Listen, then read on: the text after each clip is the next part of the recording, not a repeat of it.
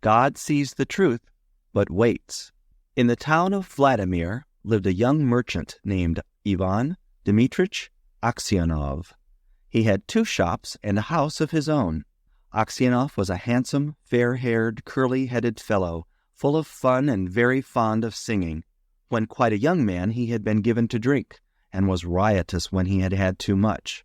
But after he married, he gave up drinking, except now and then.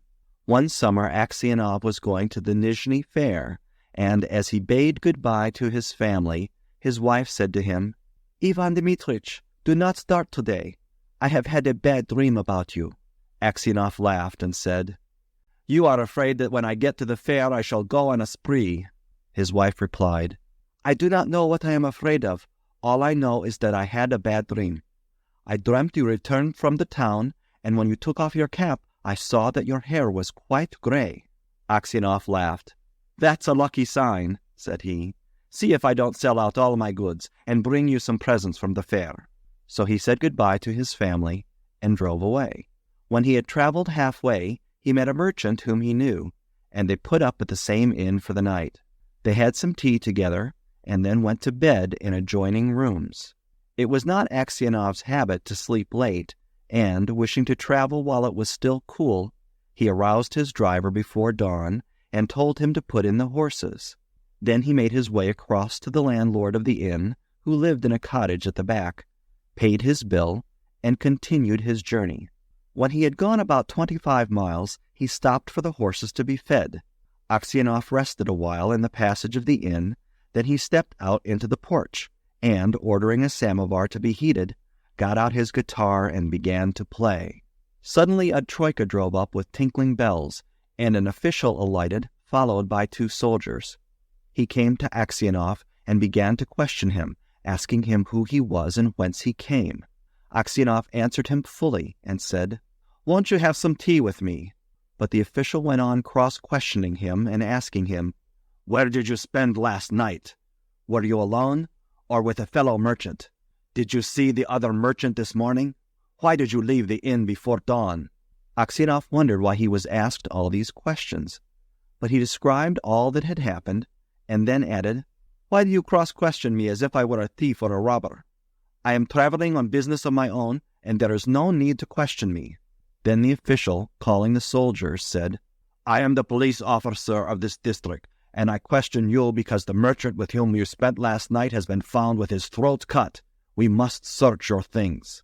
They entered the house. The soldiers and the police officer unstrapped Aksionov's luggage and searched it. Suddenly the officer drew a knife out of the bag, crying, "Whose knife is this?" Aksionov looked, and seeing a blood-stained knife taken from his bag, he was frightened. "How is it there is blood on this knife?" Aksionov tried to answer, but could hardly utter a word, and only stammered, "I don't know. Not mine." Then the police officer said, "This morning the merchant was found in bed with his throat cut. You are the only person who could have done it. The house was locked from inside, and no one else was there. Here is this blood-stained knife in your bag, and your face and manner betray you. Tell me how you killed him and how much money you stole." Aksionov swore he had not done it, that he had not seen the merchant after they had had tea together, that he had no money except 8,000 rubles of his own, and that the knife was not his. But his voice was broken, his face pale, and he trembled with fear as though he were guilty. The police officer ordered the soldiers to bind Aksionov and to put him in the cart. As they tied his feet together and flung him into the cart, Aksionov crossed himself and wept. His money and goods were taken from him, and he was sent to the nearest town and imprisoned there. Enquiries as to his character were made in Vladimir. The merchants and other inhabitants of that town said that in former days he used to drink and waste his time, but that he was a good man. Then the trial came on. He was charged with murdering a merchant from Ryazan and robbing him of 20,000 rubles. His wife was in despair and did not know what to believe. Her children were all quite small. One was a baby at her breast. Taking them all with her, she went to the town where her husband was in jail. At first she was not allowed to see him, but after much begging she obtained permission from the officials and was taken to him. When she saw her husband in prison dress and in chains, shut up with thieves and criminals, she fell down and did not come to her senses for a long time. Then she drew her children to her and sat down near him. She told him of things at home and asked about what had happened to him. He told her all, and she asked, "What can we do now?" "We must petition the Tsar not to let an innocent man perish." His wife told him that she had sent a petition to the Tsar, but it had not been accepted. Aksionov did not reply, but only looked downcast. Then his wife said, "It was not for nothing I dreamt your hair had turned gray. You remember? You should not have started that day." And passing her fingers through his hair, she said, "Vanya, dearest, tell your wife the truth. Was it not you who did it?"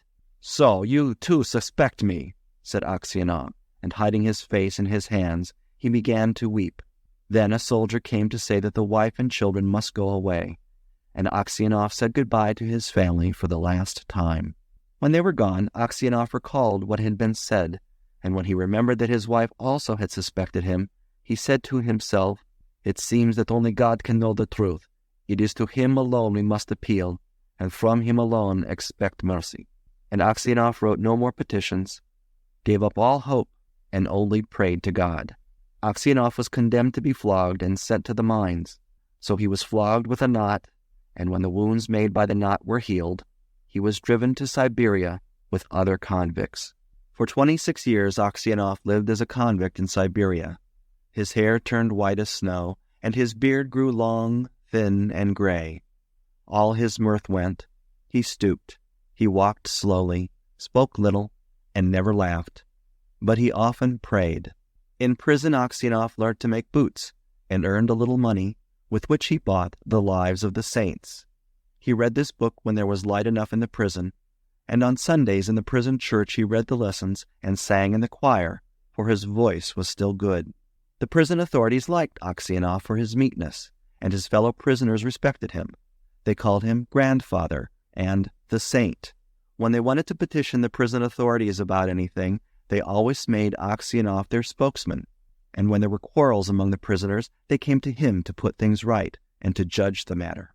No news reached Aksionov from his home, and he did not even know if his wife and children were still alive. One day, a fresh gang of convicts came to the prison. In the evening, the old prisoners collected round the new ones and asked them what towns or villages they came from and what they were sentenced for. Among the rest, Aksionov sat down near the newcomers and listened with downcast air to what was said. One of the new convicts, a tall, strong man of 60, with a closely cropped gray beard, was telling the others what he had been arrested for. "Well, friends," he said, "I only took a horse that was tied to a sledge, and I was arrested and accused of stealing. I said I had only taken it to get home quicker, and had then let it go. Besides, the driver was a personal friend of mine. So I said, 'It is all right.' 'No,' they said, 'you stole it.' But how or where I stole it they could not say. I once really did something wrong, and ought by rights to have come here long ago. But that time I was not found out. Now I have been sent here for nothing at all. But it's lies I'm telling you. I've been to Siberia before, but I did not stay long." "Where are you from?" asked someone. "From Vladimir. My family are of that town. My name is Makar, and they also call me Semyonich." Aksionov raised his head and said, "Tell me, Semyonich, do you know anything of the merchants Aksionov of Vladimir? Are they still alive?" "Know them? Of course I do. The Aksionovs are rich, though their father is in Siberia, a sinner like ourselves, it seems. As for you, Granddad, how did you come here?" Aksionov did not like to speak of his misfortune. He only sighed and said, "For my sins I have been in prison these 26 years." "What sins?" asked Makar Semyonich. But Aksionov only said, Well, I must have deserved it." He would have said no more, but his companions told the newcomers how Aksionov came to be in Siberia, how someone had killed a merchant and had put the knife among Aksionov's things, and Aksionov had been unjustly condemned. When Makar Semyonich heard this, he looked at Aksionov, slapped his own knee, and exclaimed, "Well, this is wonderful, really wonderful. But how old you've grown, Grandad." The others asked him why he was so surprised, and where he had seen Aksionov before. But Makar Semyonich did not reply. He only said, "It's wonderful that we should meet here, lads." These words made Aksionov wonder whether this man knew who had killed the merchant. So he said, "Perhaps, Semyonich, you have heard of that affair, or maybe you've seen me before?" "How could I help hearing? The world's full of rumors." but it's a long time ago and I've forgotten what I heard." "Perhaps you heard who killed the merchant?" asked Aksionov. Makar Semyonich laughed and replied, "It must have been him in whose bag the knife was found. If someone else hid the knife there, he's not a thief till he's caught, as the saying is. How could anyone put a knife in your bag while it was under your head? It would surely have woke you up." When Aksionov heard these words, he felt sure that this was the man who had killed the merchant. He rose and went away. All that night Aksionov lay awake. He felt terribly unhappy, and all sorts of images rose in his mind. There was the image of his wife as she was when he parted from her to go to the fair. He saw her as if she were present. Her face and her eyes rose before him. He heard her speak and laugh. Then he saw his children, quite little, as they were at that time, one with a little cloak on, another at his mother's breast. And then he remembered himself as he used to be, young and merry. He remembered how he sat playing the guitar in the porch of the inn where he was arrested, and how free from care he had been. He saw in his mind the place where he was flogged, the executioner, and the people standing around, the chains, the convicts, all the 26 years of his prison life and his premature old age. The thought of it all made him so wretched that he was ready to kill himself. "And it's all that villain's doing," thought Aksionov, and his anger was so great against Makar Semyonich that he longed for vengeance, even if he himself should perish for it. He kept repeating prayers all night but could get no peace. During the day he did not go near Makar Semyonich, nor even look at him. A fortnight passed in this way. Aksionov could not sleep at night, and was so miserable that he did not know what to do. One night, as he was walking about the prison, he noticed some earth that came rolling out from under one of the shelves on which the prisoners slept. He stopped to see what it was. Suddenly Makar Semyonich crept out from under the shelf and looked up at Aksionov with frightened face. Aksionov tried to pass without looking at him, but Makar seized his hand and told him that he had dug a hole under the wall, getting rid of the earth by putting it into his high boots, and emptying it out every day on the road when the prisoners were driven to their work. "Just you keep quiet, old man, and you shall get out too. If you blab, they'll flog the life out of me, but I will kill you first." Aksionov trembled with anger as he looked at his enemy. He drew his hand away, saying, "I have no wish to escape, and you have no need to kill me. You killed me long ago. As to telling on you, I may do so or not, as God shall direct." Next day, when the convicts were let out to work, the convoy soldiers noticed that one or other of the prisoners emptied some earth out of his boots. The prison was searched and the tunnel found. The governor came and questioned all the prisoners to find out who had dug the hole. They all denied any knowledge of it. Those who knew would not betray Makar Semyonich, knowing he would be flogged almost to death. At last the governor turned to Aksionov, whom he knew to be a just man, and said, "You are a truthful old man. Tell me, before God, who dug the hole?" Makar Semyonich stood as if he were quite unconcerned, looking at the governor and not so much as glancing at Aksionov. Aksionov's lips and hands trembled, and for a long time he could not utter a word. He thought, "Why should I screen him who ruined my life? Let him pay for what I have suffered. But if I tell, they will probably flog the life out of him, and maybe I suspect him wrongly. And after all, what good would it be to me?" "Well, old man," repeated the governor, "tell me the truth. Who has been digging under the wall?" Aksionov glanced at Makar Semyonich and said, "I cannot say, your honor. It is not God's will that I should tell. Do what you like with me. I am in your hands." However much the governor tried, Aksionov would say no more, and so the matter had to be left. That night, when Aksionov was lying on his bed and just beginning to doze, someone came quietly and sat down on his bed. He peered through the darkness and recognized Makar. "What more do you want of me?" asked Aksionov. "Why have you come here?" Makar Semyonich was silent, so Aksionov sat up and said, "What do you want? Go away, or I will call the guard." Makar Semyonich bent close over Aksionov and whispered, "Ivan Dmitritch, forgive me." "What for?" asked Aksionov. "It was I who killed the merchant and hid the knife among your things. I meant to kill you too, but I heard a noise outside, so I hid the knife in your bag and escaped out the window." Aksionov was silent and did not know what to say. Makar Semyonich slipped off the bed shelf and knelt upon the ground. "Ivan Dmitritch," he said, "forgive me. For the love of God, forgive me. I will confess that it was I who killed the merchant, and you will be released and can go to your home." "It is easy for you to talk," said Aksionov. "But I have suffered for you these 26 years. Where could I go now? My wife is dead and my children have forgotten me. I have nowhere to go."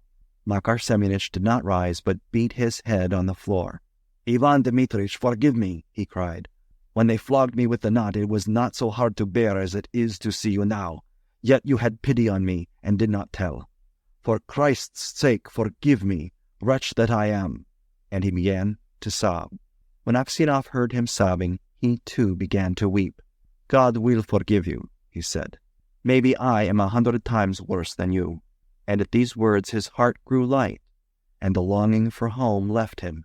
He no longer had any desire to leave the prison, but only hoped for his last hour to come. In spite of what Aksionov had said, Makar Semyonich confessed his guilt. But when the order for his release came, Aksionov was already dead. End of God Sees the Truth, but Waits.